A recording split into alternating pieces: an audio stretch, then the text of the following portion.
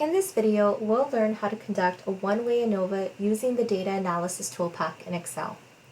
If you recall from the PowerPoint, we covered an example where a teacher is interested in knowing whether students learn better with a hands-on approach or a traditional lecture and text approach to learning science.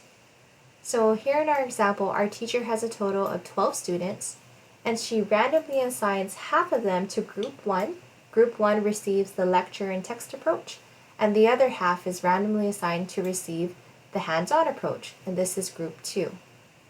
So she goes ahead, randomly assigns them into two different groups, proceeds with her lecture, and then she gives everyone an assessment. And then we record their scores, and that's represented here in column C. So now the question is whether or not the treatment, which is Group 2, whether or not the hands-on approach had an impact on student learning or the student scores. In essence, what we want to really see is whether or not the means are different. The means between Group 1 of test scores are different from the means of Group 2's test scores. So remember, with the one-way ANOVA and with hypothesis testing, we always start with a null hypothesis, which is stated down here, and it basically assumes that there is no difference, that the mean of Group 1 scores are equal to the mean of Group 2 scores. So in order to run the one-way ANOVA, we need to first reorganize our data. Our data is often presented this way, but the test is not set up, or Excel is not set up to be able to read this data correctly. So here in a different column, I'm going to write Group 1 and then Group 2. Now I basically want to put the scores from Group 1 in column F and the scores from Group 2 in column G. So if I put my cursor here in C2, I can click and drag all the way down to C7, because these are the scores for Group 1, and I'm going to copy them. I'm going to Control C or Apple C, come here, and Control V or Apple V to paste them. I'm going to do the same thing here for Group 2. Just going to get these set of scores, copy, and paste. So you see, we've transposed our data so that it's ready for the program to read. So once we have our data set, let's go here to Data at the top, Data Analysis, ANOVA Single Factor, and hit OK. For the input range, we want to grab everything. So we want to grab the labels as well. We don't have to, but I'm going to do it here. So if I put my cursor in F1, I'm going to click and drag all the way down to G7. Grouped by, let's leave this on columns. I'm going to check labels in first row because I grabbed Group 1 and Group 2. I did include those labels. The alpha stays at 0.05. That's typically the p-value that we test at, the significance level. And then for output options, I'm going to just leave it on New Worksheet Ply. Then hit OK.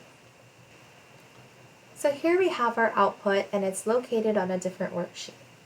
I'm going to zoom in so you can see this easier, and I'm also going to extend column A so you can read the text. So the first thing you'll notice with the one-way ANOVA output is that you get two tables. The first table is a summary of our descriptive statistics, and these are statistics that we've been covering so far, so they look very familiar to you. The second table is the output of the ANOVA statistics.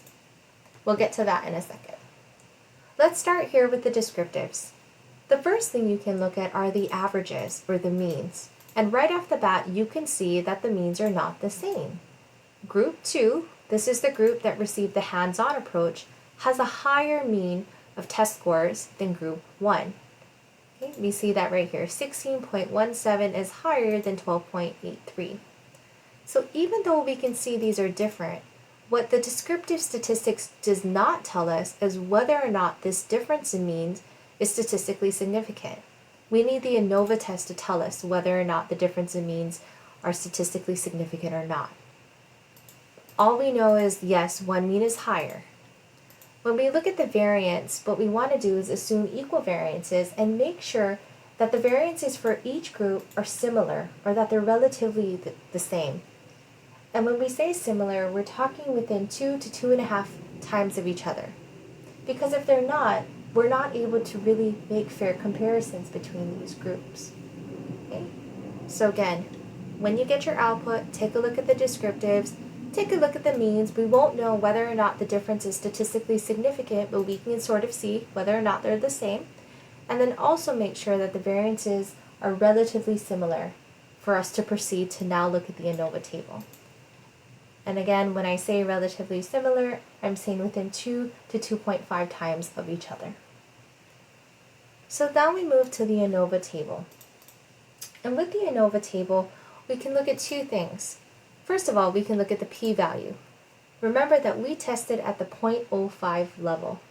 Because our p-value here is 0.01, which is less or below 0.05, we know that this test is statistically significant. This is one of the first things we look at. I'm going to highlight it here just so everyone can see and remember. Our p-value again is below 0.05, and that's the level we tested at when we ran the one-way ANOVA. So we can conclude that yes, that there is a statistically significant difference between these two means.